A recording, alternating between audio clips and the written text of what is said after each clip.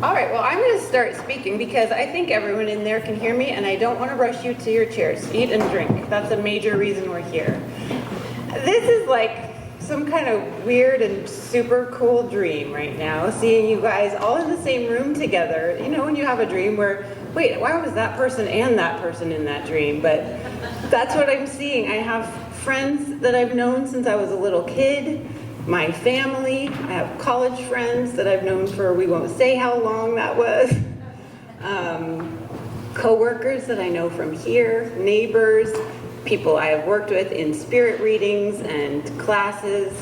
And the fact that I get to celebrate getting this book out into the world with all of you just feels enormously good and heartwarming to me. So thank you all for being here.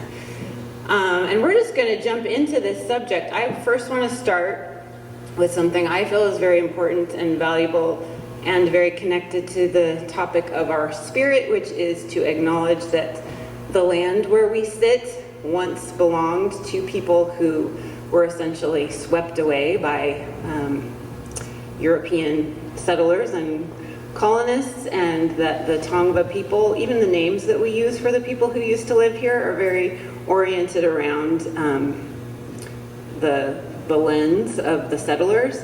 But I want to acknowledge that the wisdom that they had about the earth and the spirit of nature here still remains with us. That wisdom is like any energy, can't be destroyed. It takes new form. And being at Inner City Arts, there is so much wisdom, and I'm really excited to share why we're here specifically, that the spirit of this place is powerful and it courses through a lot of lives, which is a major reason I felt like writing a book was important. For me, my spiritual sense of the world and life has always been a part of me, and I started to realize growing up that we all have this inner longing for spiritual intelligence, not just intellectual intelligence and emotional intelligence. Those things we know, kind of a very practical reason that we need them. Book learning serves a really specific purpose. We've come to understand emotional intelligence as valuable in the way we interact with people. And from every walk of life, whether someone has been particularly religious or not, I have seen so many people follow this draw of a mystery that tells them they need spiritual intelligence also.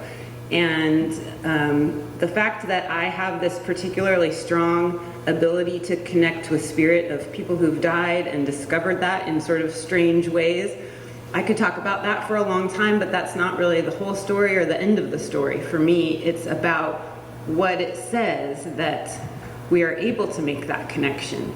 And that especially now in the way the world is behaving, the way we're treating each other and our land and our earth, that spiritual intelligence is, we're being very challenged to grow it and develop it and nurture it in ourselves and in our young people.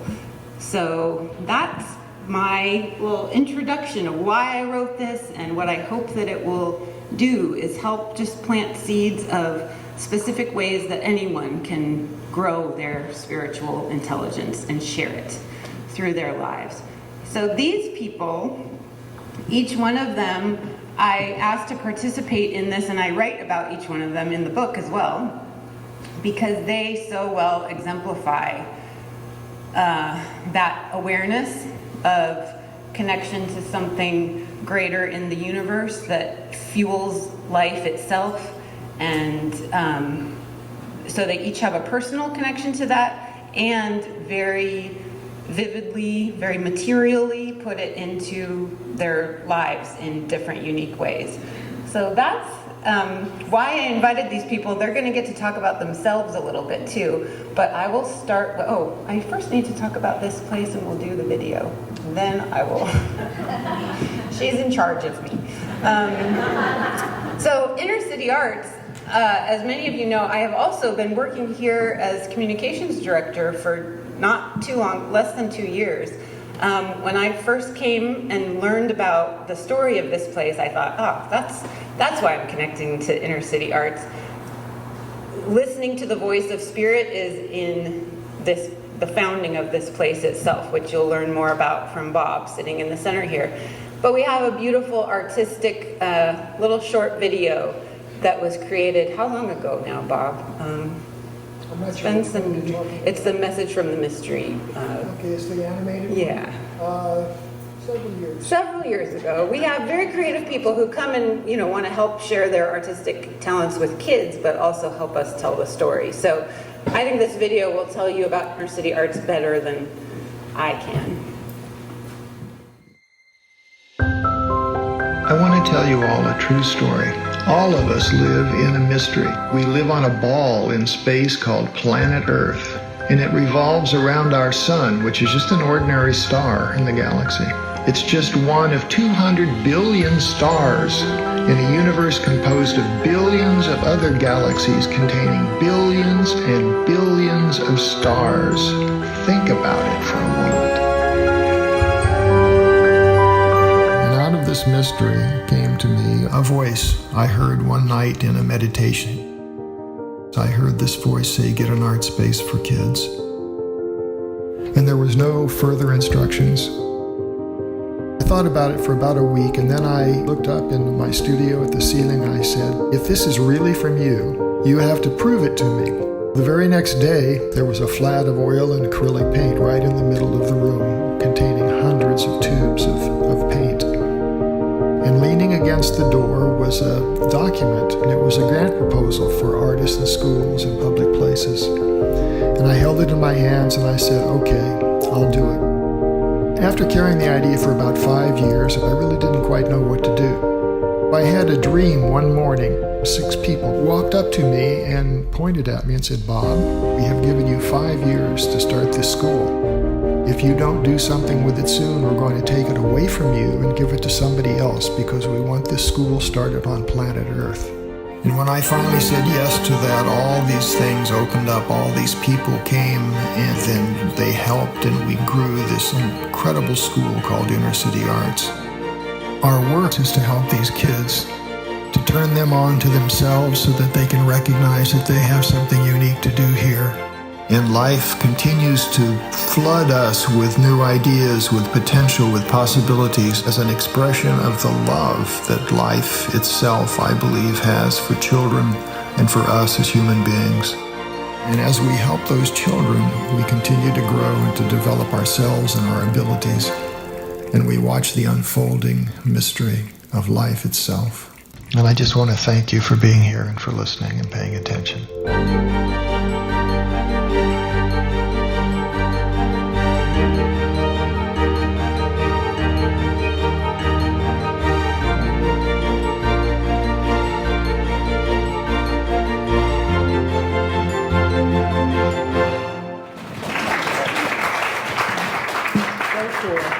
So that gives you some context and also such a beautiful example of what I believe listening to the quiet voice does, how that turns into awesome power, and the collaborations that ended up becoming this beautiful campus and all the incredible programs that happen here is just one way that spirit flows through life. So that's the context of this place. And now I want to leave it to Cadence, who Cadence and I met our freshman year of college, lived across the hall from each other, and we've been very attached to each other since. And she's been what I think of as one of the most valuable roles on a spiritual journey for all of us, is a witness, to have her witness each of the difficult steps and each of the exciting steps. And we do that for each other, so that's why I asked her to moderate today. What a joy to be a witness. I'd just like to take a minute and have you take a minute and take a look at all of the people here today to celebrate your book and all the work that went into making it possible that you could not only write the words, but that the world was ready for for them to hear it. It's a big deal. Yeah. So I have a life goal not to cry in this 25-minute experience. So we're going to work on that together. So we're going to start with some introductions because, as Amanda said, there are some really interesting pieces about her experience as a spiritual medium, and it, as a person who has experienced that from her, it is a truly awesome and startling experience to have. And, right, not all of us are necessarily going to be doing exactly that. But the point of this book and of the truths that have been revealed to Amanda and many of us is that we all can listen to that voice. Whether you call it God or spirit or intuition, that it is inside us, and there are things that we can actively do to hone those abilities. And that's the reason there's 4 of us up here today instead of just Amanda to talk about some really interesting spiritual readings that she may have given to you all, which would be maybe a tiny bit awkward. So we're going to start with some introductions. I'll go first, and Bob and Antonio, I think how we'll do it is if you could just place yourself, like who are you?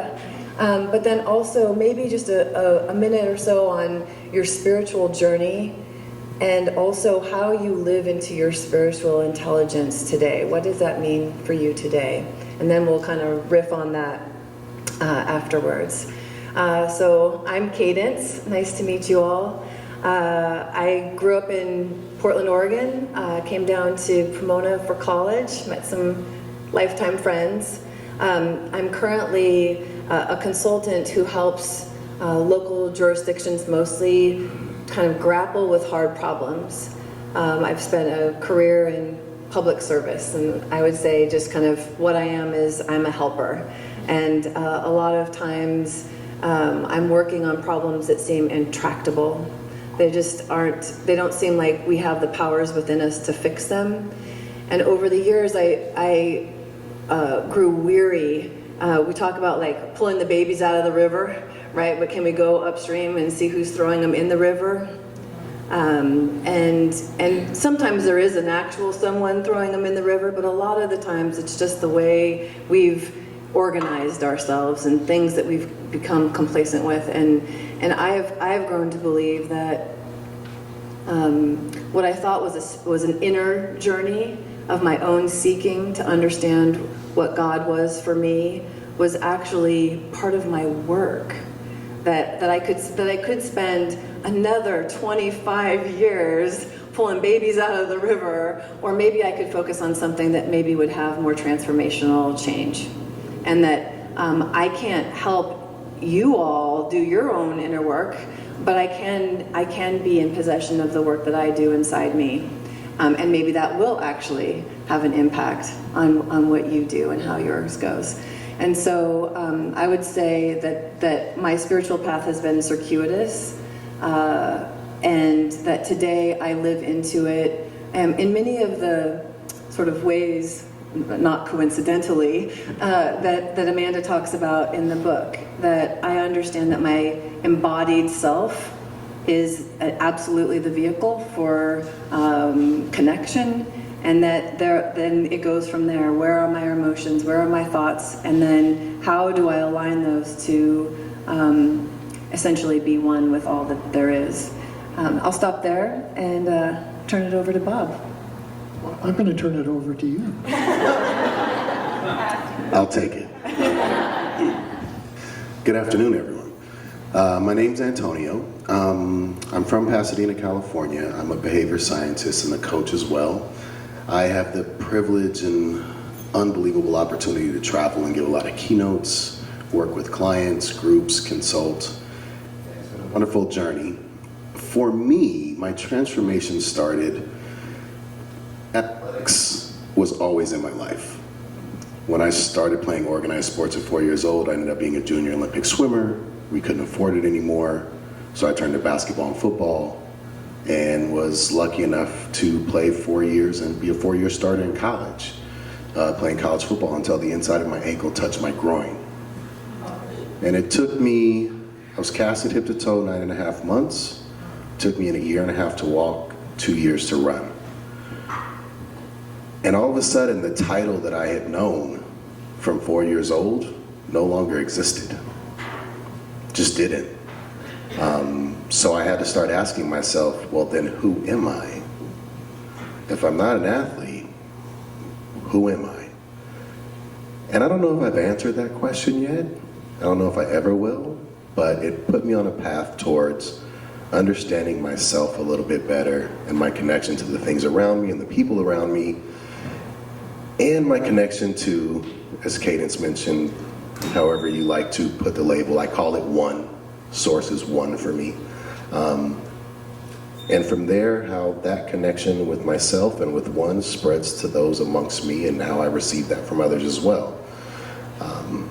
It was a very humbling experience that was absolutely necessary, because quite frankly, I wasn't a nice guy. Wasn't. But imagine 17 years old being a starter in college football. I was Superman. Could do whatever I wanted. No one could tell me anything until someone told me to sit down.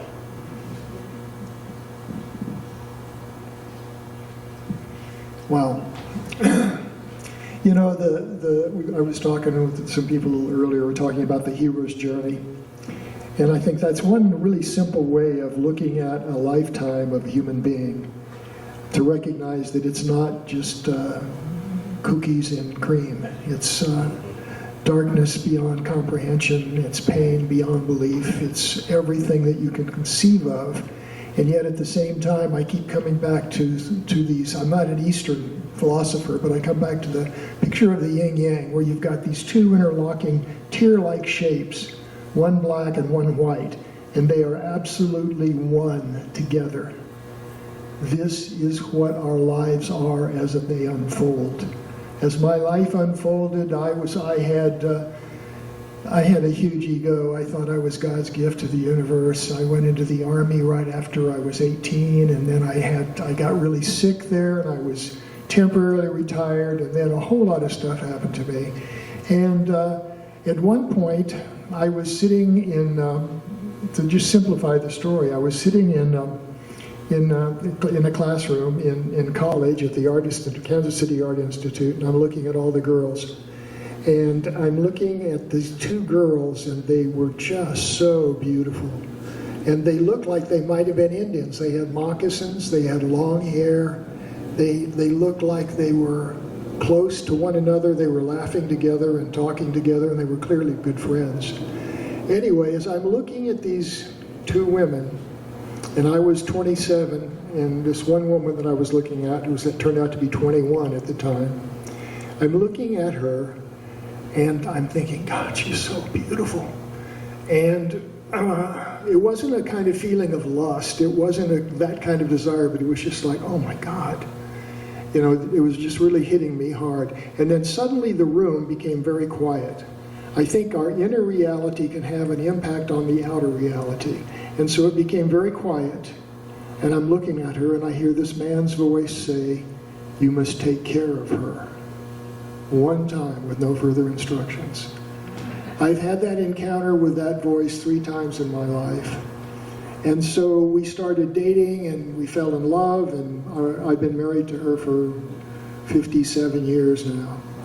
And we're still talking. We argue a lot, but we talk also.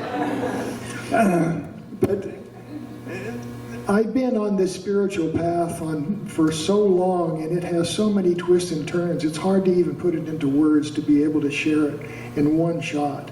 But there is a whole other thing going on here, parallel, woven into us, throughout us, and through everything, that we're a part of this one thing that has more power than you can possibly imagine, and is guiding us on some kinds of invisible and mysterious levels.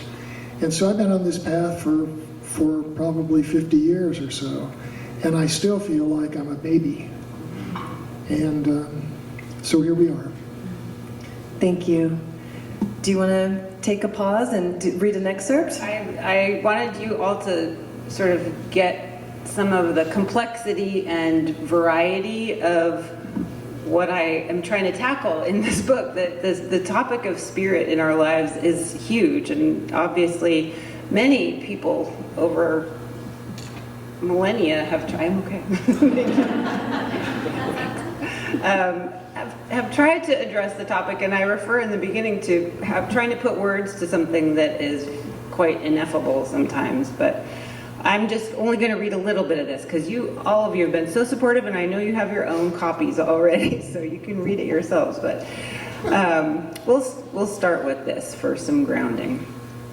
Among the many social creatures on the planet, humans enjoy an especially complex challenge resulting from our inner drive to be in relationships with each other and with other animals, I want to add, as a nature fiend. We have layers of natural instincts that compete for primacy, though, especially when we're struggling through our most difficult life experiences. The baser forces of our nature may twist us out of touch with our inner divine spirit's awareness, making the ideal of loving, life-giving cooperation with other people and the emotional agility it requires seem impossible. The good news in that challenge is the polished gem idea I remind my clients to visualize when life has led them into interactions full of friction. That rubbing up against perspectives, approaches, and goals that seem so contrary to our own in the best way refine our spiritual gifts.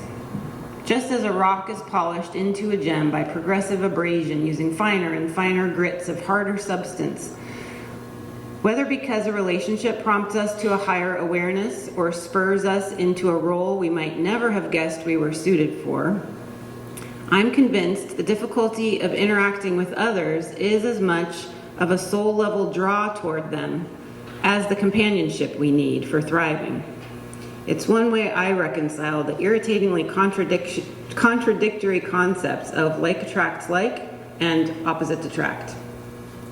So we turn our focus to the fully integrated body, mind, spirit, self, toward the value of placing that self into the context of group effort. Let the work of considering what the world needs from you, whether in those rock-polishing interpersonal relationships or your societal roles, strengthen your connection to your own divine being. There, I've read part of it. So that I wanted to get to one of the ways I think we're so crucially needing to do this work for ourselves, in whatever form it takes for you, that it's for ourselves and for our relationship to each other. So let's dive into that some more. So, in order to make it to 60 years married, and for some of those friction-filled relationships that we all have, I'd like to ask the panel, what are some of the spirit-connecting practices you have that help you be, I guess, the most available you, and just generally the role of practice in your life? You're just going to keep passing to me now. It's all right. I'll score all the points. It's good. So I was always a night owl. However, I have 3 boys. And if I didn't change that to be an early riser, I got no time for myself. So I wake up 2 hours before everyone else is even moving. It took a while to get there. But in that, there's a sitting meditation. It's followed by coffee on the porch where I have an out loud conversation with the universe. And then I get some time to just be with me, connect with myself. I also utilize a lot of exercise, whether that is a Shaolin routine that I do, that is stretching, and it's an ancient routine that it took me a while to learn, especially when I didn't have a teacher and just had to read through a book that had 28 moves of something that I do not practice in martial arts. But it took six months to learn and to commit to memory. And then exercise myself. So a lot of my connection requires me to separate myself from everyone for a while for some quiet time. You know, I think it's attributed to Sadhguru, but I'm pretty sure someone said it before, but if you're gonna be alone, you might as well be in good company. So I'm totally fine being by myself. Doesn't mean that I don't want to be, that I want to always be by myself, but I need to be able to have that connection with me. Because otherwise, how many in here have kids? You guys know that alarm goes off, it's 10 minutes before they got to get up for school. Now you're jumping out of bed, grabbing them, get in the shower, get dressed. What do you want for breakfast? Just get out of the shower. You've been in there too long. You haven't put any soap on your body, right? Don't forget your violin because you got that today or whatever it may be. And I can't maneuver through my day like that. So I set time before everyone else wakes up, the rest of the world, to me. And then I move forward, making sure that I'm settled for everyone I come in contact with, including my lovely 3 who are still gonna, take forever in the shower. I keep doing that. I think for me, meditation is a key, and I've learned that when I was going through the dark night of the soul, I learned to just try to sit and be still and just follow my breathing. That's what I still do. And some days I can't get past number 3, and sometimes I'm up to 57 in, 57 out, and then I go back to 10 again and start all over. And there's that, and then there's also prayer. It for me is a key because I'm always trying to talk to the Spirit and asking for help and guidance, because I feel like if I don't have external help, I'm done. There's no way to do this by yourself. It'll just be a disaster. And I lived through the disaster part at one point, and my life changed and was just literally destroyed. But the thing that's helped me is being still and having some time to myself. The pandemic has done wonders for a lot of us, and I'll clasp onto that because it helped me to be an artist again. And to spend time with my own thinking, with my own creativity. And so it's like finding the time, whether you're meditating and doing nothing, or whether you're praying and say, God, have mercy on me, help me, help me, help me, help me. Or you're trying to help somebody else so that you can get help, and on and on and on. Those uses of time, those patterns of time of just trying to put myself in the neighborhood of where the Spirit is in my own being, and to try to just sit at the feet of God and ask for mercy, and then being able to trust what comes to me and to be able to accept what comes to me. But it's stillness and silence and asking for help. And then one final thing is total and complete surrender to the mystery of life, the mystery of God. That is really important, because that destroys the power of the ego to take charge. Is when you can surrender your life to God and say, have mercy and guide me. And then to be able to follow through and to do that. And that's the challenge. One final thing and I'm done. Years ago, I was at a workshop in New York City, and this guru was talking about an interviewer that had talked to a bunch of Buddhist monks and asked them, what do you guys really do in the spiritual life? And this one monk sat up and said, well, we get up, and then we fall down, and then we get up again, and then we fall down. And then, what do you do now? And he says, well, we get up again, and then we fall down again. And then what do you do then? Well, we get up again, and then we fall down again. And that is going on forever. And the reality of it is that the process of transformation is unending. We're not going to arrive. This idea, I think, for me, of arriving at some kind of state of being that is unique and superb and perfect, and I'll just stay there the rest of my life, is a pure fantasy dreamland. But the idea of continually to try to draw closer, to try to be open, to try to let go, to be free, to share, to give, to do all these kind of things is critical to the journey. And it really defines the journey. Thank you. I'm going to answer too, yeah.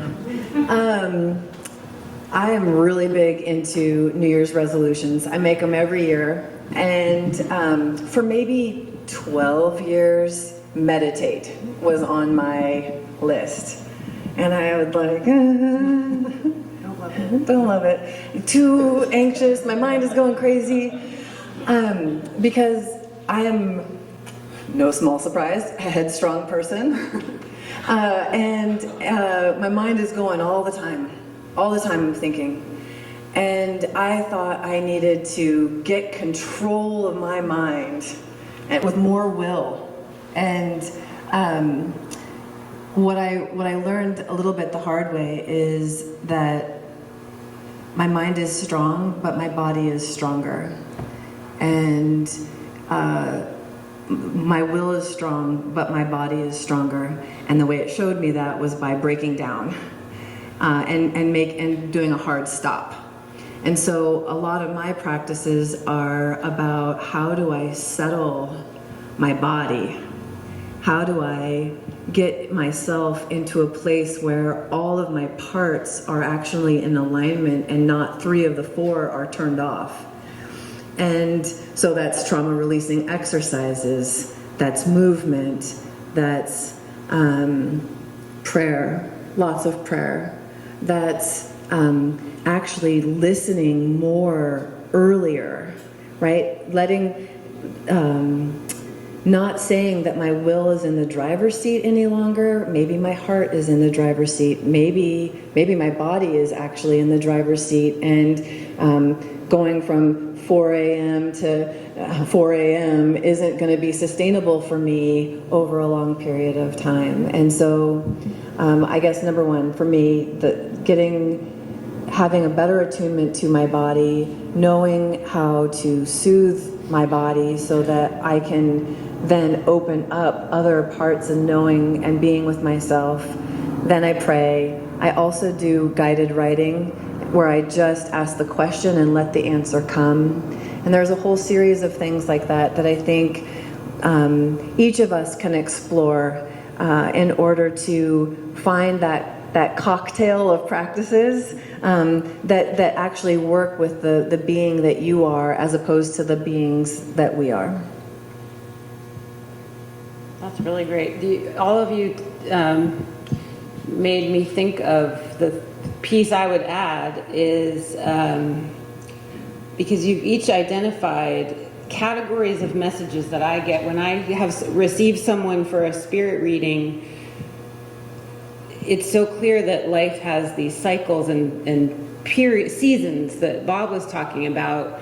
What works during one season may not be what you need during another one. So learning yourself as the tool. I talk a lot about your being as an apparatus, that it's a mind, body, spirit apparatus. Those things are all working together all the time.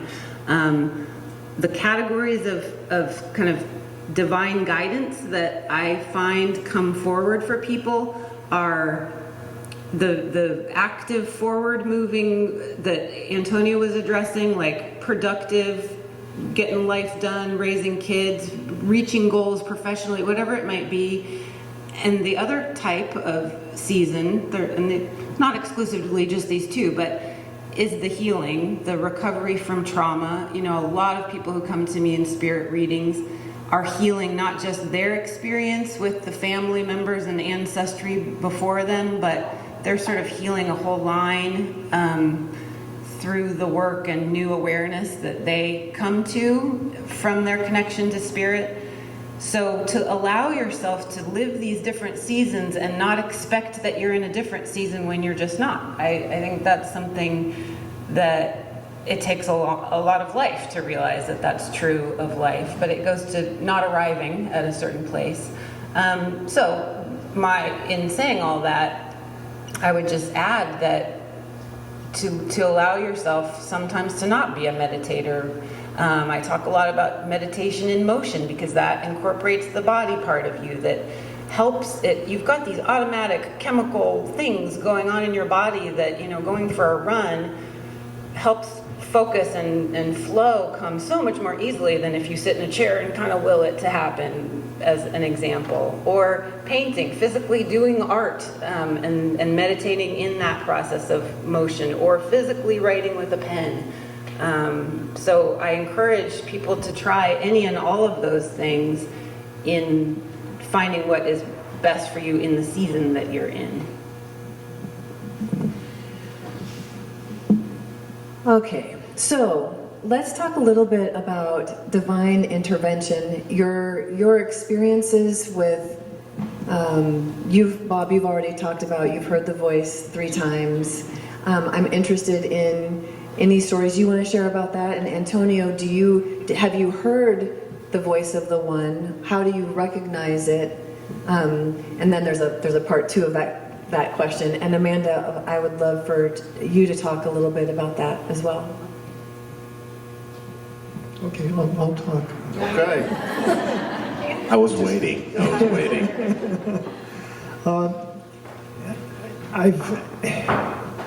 It's like a lot of times when I'm praying and I'm listening at the same time. I'm praying and I'm listening. I have a group that I pray with on Saturday morning at 8 o'clock, and there's about 6 or 7 of us, and we get together and we pray online, on Zoom. And I'm always listening and trying to, and there's one woman that speaks Japanese, and she's praying in Japanese. I have no idea what she's saying, but I just completely surrender to what she's saying. And I don't know what she's saying, but I'm completely for it, whatever it might be. And so I think out of all of this comes the possibility of being able to listen, and every once in a while the universe will speak to you. And I've learned one thing, I'm just making it like as a little mantra, a little statement.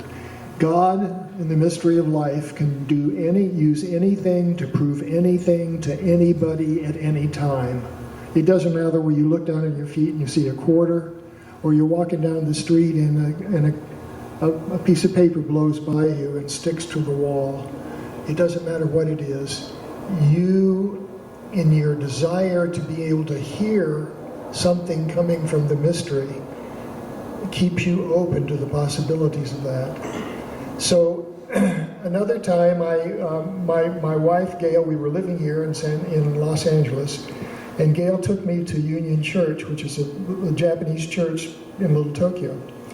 And then she never went there again, but I came back on a Saturday morning, was sitting in the back, listening to the choir, singing up front, and I was just really quiet and kind of meditating, and I'm just sitting there quietly, and then suddenly the room becomes quiet, and I hear this voice say, come forward, one time. And I thought, you mean I should get up right now and walk up where the choir is? Or what should I do? No answer, no nothing. So, to make a long story short, I got involved in church. I got involved with a group of people that prayed and that were interested in the spiritual life. I became an elder. I taught Sunday school. I've done all kinds of things, had a food outreach, all kinds of stuff came from that come forward thing. So that was the second time, but I heard it as a man's voice, very quietly saying, come forward. Nothing else. And I've got no additional instructions on anything. And that may as well say the final one here, which you heard in the beginning, was get an art space for kids. I was at a place in my life where I was going through a spiritual transformation, and all these things were happening in my body and in my mind, and I was trying to figure it out. Who am I? Where am I going? Why am I here? What does all this mean? And I said, help me. Give me something to do. And I hear this man's voice that week in another meditation say, get an art space for kids. No further instructions. And that's this place that we're sitting in right here. I don't know how to describe it, but I wish God would be more invasive and more giving more instruction and stuff, and because it throws it all back on yourself on one level, when you pray. And so it's just the only words that I can use is we live in a mystery, the mystery of God and the mystery of life. I don't think that statement would offend anybody, even a total person who didn't believe at all in anything. Because we're a part of something that is unbelievable, and we're related to it. It's guiding us, it's teaching us, and over my years of being in my 80s now, I can see that I have been guided from day one, both with wonderful things and horrible things, and they've all added up to growth and transformation. And I've learned, if that's faith, and I believe in that, and I believe that I am in this thing as all of you are, as every one of us here. We are in this, and what we're doing today is a part of this manifestation. And how it will affect any one of us, I haven't the slightest idea. But I know that whatever this thing is, it loves us, it cares about us, it's helping us, and it's right here, and it never leaves us. We leave it. In terms of our consciousness can drift away and you have no idea. One moment I'm praying away and the next moment I'm thinking some lustful thought. It's just life. Thank you. Antonio? Well, this is interesting for me because, and this is a generalization I'm going to make here, but a lot of the clients I work with, people I talk to, what I've noticed is they have some sort of form of connection or belief with Source One God, and where the disconnect is they have a lack of connection to self. Mine was flipped. I had a hyper connection to self, not only through sports in the physical realm, but because I grew up in a situation where I depended on me at a very young age to get food for me and my sister. So all I could rely on was self. And so my connection with One and divine intervention, a lot of people think of divine intervention as something that happens that propels you, whereas mine is opposite, and it's something that happens to stop me and slow me down because I've become too connected to self and forgot about Source and only trusted me and nothing else. Whether that was the football injury or whether it is when I'm running my mouth a little bit too much or feeling myself too much, and all of a sudden something says, hold on, think about the other people that are affected by this. And that voice, I agree with Bob in that it can be a physical billboard sign. I think I shared with you guys, I was stressing about something driving home, and as I'm stressing, thinking, trying to have music blare and block out everything, but I can't. I just saw a billboard that said, stop stressing, right? But the fact that I'm willing and open to look and receive that. So, but the voice, the actual auditory stimulus that I hear, it's mine. It's my voice. It's the same voice you guys all hear in your own heads. It's no different. I've just chosen to trust it when it comes along in the beginning instead of questioning it. Because it knows what's right. We all feel it, don't we? Like when we're doing something, you just know this is right or it's not. You're talking to yourself about it. You know when you're justifying or validating or pushing yourself through versus just accepting it, right? So I had to learn to understand that that source that I hear in my own head, in my heart, that sounds like me, is one, because I am one and one is I, and that's okay. I don't have to feel any type of way about that. And I'm also very comfortable with the fact that one is a source that, for me, divine intervention is that puts me in check. Because someone's got to do it. Thank you. I would say that my experience is a combination of both of what you've expressed. Most of the time, I think the quiet voice I hear is my own, but it's like not the inner critic. It's not my grandma. It's not, I got a lot of voices going on inside there, but oh, it's true. But I have learned to tap into the voice that I know is sort of the still one inside me that I also believe is connected upward and downward into God, divine energy. And I have also had one experience where I heard what I would say was not my voice, and it came at one of the lowest moments of my life.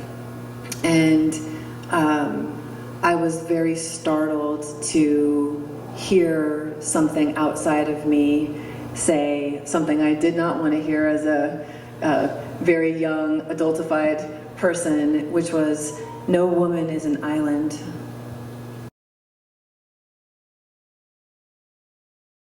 You know, in meeting people, sometimes I don't go around trying to read people everywhere I go, but sometimes someone will start talking about a family member they love or an experience they had, and I suddenly just see a lot more detail about it. And learning to, I think the collaboration between the self that we think of as our earthly self and this bigger sense of self is what we're always trying to figure out. How do I work with that interplay? And I think willingness.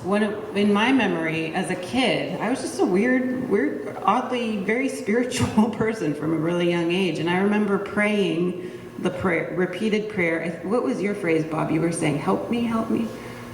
I remember vividly praying, use me. Like I felt like I just was so drawn to want to be in the action somehow, but it was a spiritual action. And then if you're going to say that, you don't necessarily get to argue when the thing comes in front of you that, well, this will use me in a really big way and maybe spit me out and leave me on the ground, kind of having to figure out how to get back up again, back to the monks that you were talking about. So there's a constant interplay of, you know, for some, I have heard a variety of voices. Often it sounds like me, often it's totally foreign and outside of me, and that was one of the ways I felt compelled to be like, what is going on? I started going to, you know, weird classes and groups of people that I never would have thought I belonged with, and just to try to learn what this mystery was doing with my life. So I'm not really coming to a landing place of what divine intervention looks like, other than that we can just keep asking and keep expecting something. It can be a sign on the road, it can be an urging from inside, it can be a song in your shuffle that pops up with, you know, exactly the phrase that really hits you in a way, but it's always a participatory. Divine intervention isn't a swoop from the outside that answers all your questions and sends you in a certain direction. It's a nudge and then see what you're going to do kind of thing. And